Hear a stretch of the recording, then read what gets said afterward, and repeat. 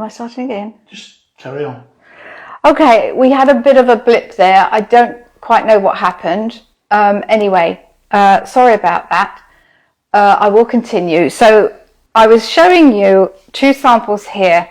This is an eye called Selvedge. Both these samples have got the same type of selvage, but I've done two different types of stitches in between the selvages so that you can just see the difference. And most of the samples I've done tonight are in seed stitch, just so that you can just see, because the selvages do sort of stand out a bit more then. But this is the same selvage as this. I've just done this in stockinette stitch. So if you wanted a selvage that, you know, was nice and neat and finished in your stocking stitch work, that where it's going to have an exposed edge, you could use this. You see how this just melds into the stocking stitch, and on the other side it's like this. Now, I'm not sure on a stocking stitch piece of work that I would want this as a selvage. It's not particularly attractive on the wrong side, whereas on the seed stitch piece, it's actually a bit nicer. It's just the way the stitches work together. And none of these that I'm showing you are truly reversible, but there's different benefits to each one. But I just wanted to show you the difference there. But let me show you how to do this one. So with this one, what we're going to do, I'm going to knit one. Oops, I split my yarn. Knit one. Now with my yarn forward, I'm going to slip purlwise. Then I'm going to knit one. Then I'm going to work to my last 3 stitches. I could have done myself a favour by not doing quite so many stitches in the middle, but hey, there we go. As I said, you can use any pattern in between these selvage. It works with any. You just have to remember to add 6 stitches total to your pattern. You want 3 either side. Now I've come to the last 3 stitches of my right side row. Now I'm going to knit one. I bring my yarn forward because I need to slip one purlwise with the yarn forward. Then I knit one. Okay, so that's my right side row. Turning round now for my wrong side row, what I'm going to do here, I'm going to slip one with yarn forward. Okay, slip one purlwise. Unless I tell you otherwise, or unless your pattern says otherwise, you always slip purlwise. We are changing that up a bit later, but for a particular design of a selvage. But for this one, we are going to slip one with yarn forward. Then the yarn goes back. I'm going to knit one, bring it forward again, and I'm going to slip with my yarn forward. And I'm going to dash to the end of my row. Again. When you first start doing this, the first couple of rows are always a bit tricky because you can't always see the pattern forming, but then it suddenly appears as if by magic. And I work to the end of my row, bar the last 3 stitches, because I need to work something there. So I'm at my last 3 stitches. So my yarn is forward, which I want. So I'm slipping one with yarn forward, putting the yarn at the back, knitting one, slipping with the yarn forward again. Let me show you again on that. Slipping, sorry, I'm back to my right side row now. Okay, I'm knitting one, I'm bringing the yarn forward, slipping purlwise, yarn back again, knit one. I'm going to just whiz to the end of this round, and I'm going to do it in just simple knit, just to get to be faster. So it's not going to be the same seed stitch pattern, but I want to get to the end of the row or the last 3 stitches to show you again. So I'm at my last 3 stitches. I'm going to knit one, slip one purlwise with my yarn forward, take the yarn back, knit one. Wrong side row, I slip one with yarn forward, my yarn goes to the back, I knit one, yarn goes forward, I slip one, and I carry on. And again, I'm just going to whiz to the end of the row. I'm just purling as it's quicker than doing knit one, purl one. Now with this one, you have different stitch sequences. I can see I split the yarn there, but never mind. I'm at my end of my last 3 stitches on my wrong side row. So my yarn is forward, I want to slip one, yarn forward, yarn at the back, knit one, and I would slip that one. Okay, and those, I would just keep repeating those 2. I've messed up there, I've just caught that. But you can see here how these selvages are. And really essentially what we're doing, although we're doing a different stitch sequence for the right side and wrong side rows, we're doing the same thing at each end of whichever row we're doing. So on the right side rows, it's knitting with yarn forward and slipping one, and then knitting, slip one, purlwise with yarn forward at this end. On the wrong side row, we're slipping with yarn forward, yarn goes back, knit one, slip one, and so on. And we're doing the same at the end of the rows. Now I will say, if you need to unpick any rows, do be careful. It's actually quite easy to put the 3 edge stitches back in the wrong order on the needle. When you take them off the needle, they tend to sort of curl themselves round. So the instinct would be, oh yes, 1, 2, I would put those back on like that. That would be one's instinct, but that would be wrong. And you could tell that because my yarn is coming from here. So if I take those off again, if I were to pick those up, I would need to pick that one up, and that one. That would be the one at the start of the row. And again, just if you do drop the stitches, that's split there, but you get the idea. My yarn is coming from that first stitch, so that should help you with that.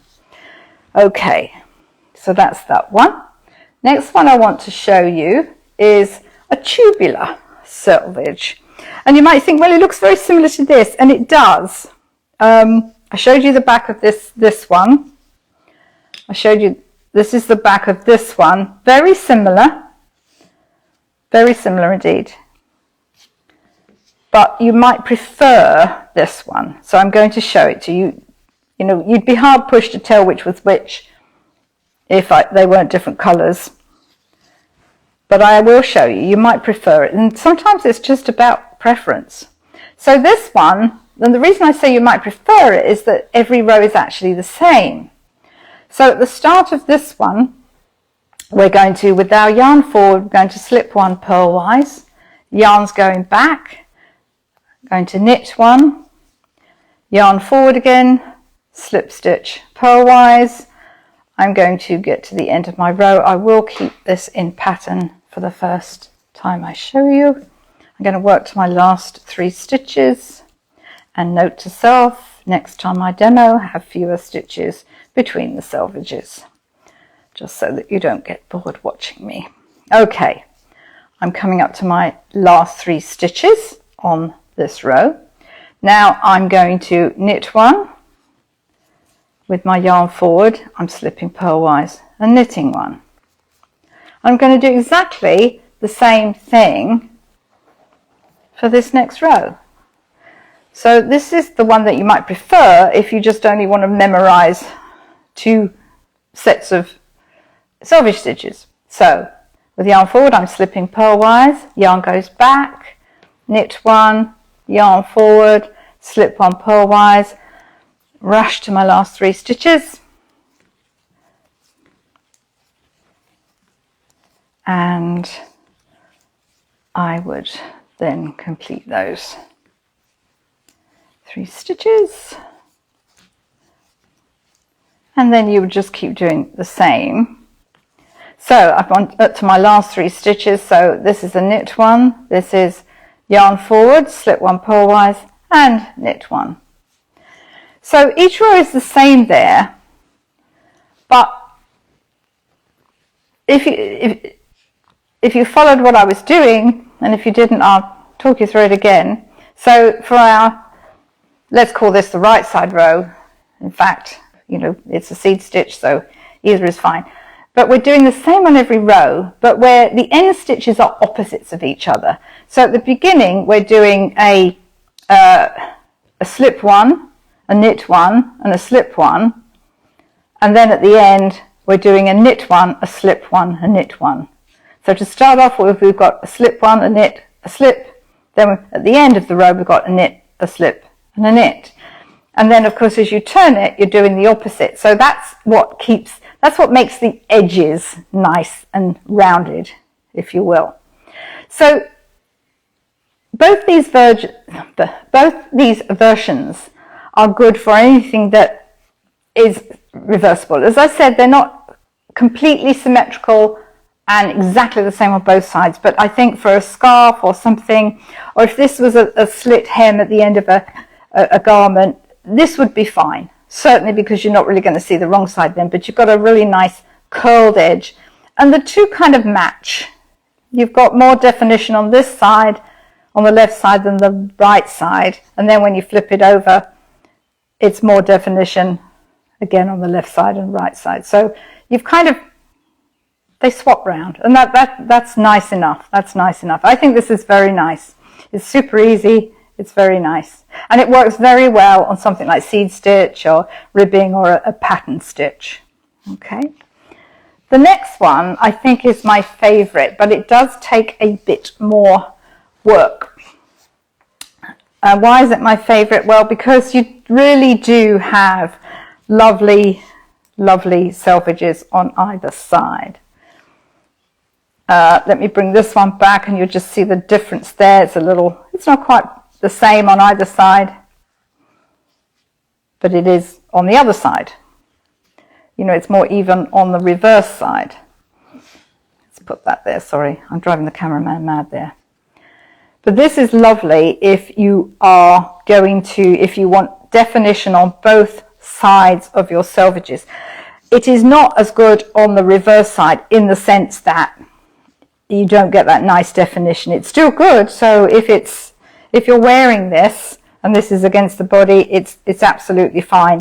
It's not truly reversible, no, but it is my favorite one because you get lovely selvages on both sides. So I'm going to show you this. You do need a little bit more concentration on this one.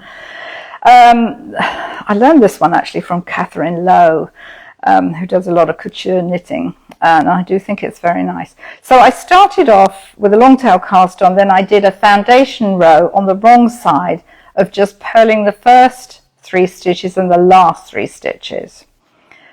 So then that brings me round to my right side. So at the start of my row on the right side, with the yarn at the back, we're going to slip the next 2 stitches one at a time, as if to knit. Now this is the only time that we're doing this where we're slipping stitches knitwise. So I'm 1 and 2, and I'm going to knit my next stitch.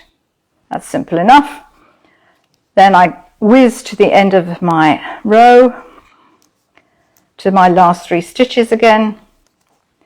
This is one of these that takes a while to get into, but once you start doing, you get into a pattern for doing it. You get into a rhythm for doing it. So it's not as onerous as it seems to start off with. So I'm coming up to my last 3 stitches. Now with my yarn at the back, for the end of this right side row, I'm slipping 1 purlwise. The yarn is at the back this time. Now I'm going to knit my 2 stitches. So for this right side row, it's the selvages that I'm doing are basically knit stitches. Now I'm going to turn round. So at the start of my wrong side row, my yarn is going to be forward, and I'm going to, this is the interesting one, I'm going to have to twist this, because instead of slipping just purlwise, I'm going to slip this stitch as if to purl through the back of the loops. I'm not going to purl through the back of the loops, but if I were, what I would be doing would be, I'm trying to do this so the camera can see it. My yarn needs to be forward still, but I would be, if I was going to purl through the back of the loops, it's the back of the loop that I would do and then purl that. But I'm just going to slip it that way. I'm slipping it through the back of the loops. My yarn is at the front. Okay, so with my yarn forward again, I slip the next stitch purlwise, now I purl one. So on the wrong side row, my selvage stitches are being formed by purl stitches. I'm going to work to the last 3 stitches. I will show you this one again because this is the trickiest of them all, but it is worth it because you get a lovely selvage. If I would just stop splitting the yarn as I knit, that would be even better. Okay, rush to the end of my row. I will show you this one again. It's a lovely set of selvages though. It's a rolled edge selvage. So I'm at my last 3 stitches. My yarn is forward. I slip the next stitch purlwise. Now this time I do purl through the back of the loop. So I get the back of my loop, I purl it, and I purl one. I'm going to show you both those rows again now. Because each end is different on each row, so it takes a bit of getting used to, but the right side rows you're working with knit stitches generally, and on the purl row, on the wrong side row you're working with purls. So let's go through this again. My yarn is at the back. I'm slipping the next 2 stitches one at a time knitwise. So the pattern might say knitwise or as if to knit, okay? So slipped them both knitwise with the yarn at the back. Now I'm just going to knit this one, okay? I'm going to rush to the end of my row. I am just going to work in knit stitch here just for speed. But again, you could do whatever pattern you wish. Back to my last 3 stitches, or I'm up to my last 3 stitches, I should say. So my yarn is at back. This time I slip one purlwise and I knit the next 2 stitches. Okay. Now I turn. I'm on my wrong side row. This is where I slip my yarn is in the front, but I slip my first stitch as if to purl through the back of the loop. My yarn is still forward. I slip the next stitch purlwise and I purl the next one. I'm going to rush back to the end of the row. I'll just do purl for speed. Oh, hello Lee. Thank you for watching. I'm at my last 3 stitches. So my yarn is in front. I slip the next stitch purlwise. Now I purl this one through the back of the loop and I purl one. So that's our rolled edge, and you can see it, you could just sort of see again how when I switch to what is basically stockinette stitch, my selvages are sort of blending in, and you may like that effect. That may be exactly what you want, but you've still got a really nice selvage edge for an exposed edge that's not going to be finished, but it's beautiful. It rolls right round. It's very pretty. So when you see the edge, it's clean, it's neat. This is one of my favorites. I think it's beautiful. I think it's absolutely lovely.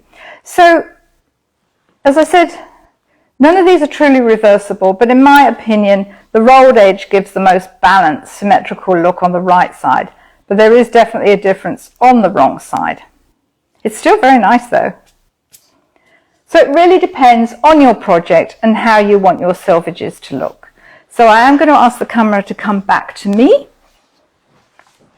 I hope you found that useful.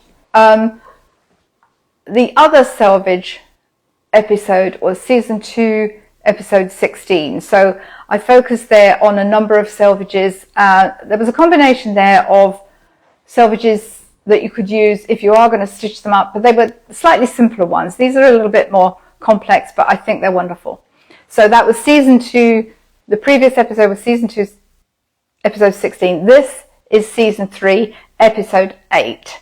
And this will be uploaded, as always, on our Facebook page and on our YouTube channel of the same name, Knitter Matters, and within 24 hours. And if you want to see the replay again, and we're trying to cobble this together where we have the glitch in the middle, we're trying to get that cobbled together.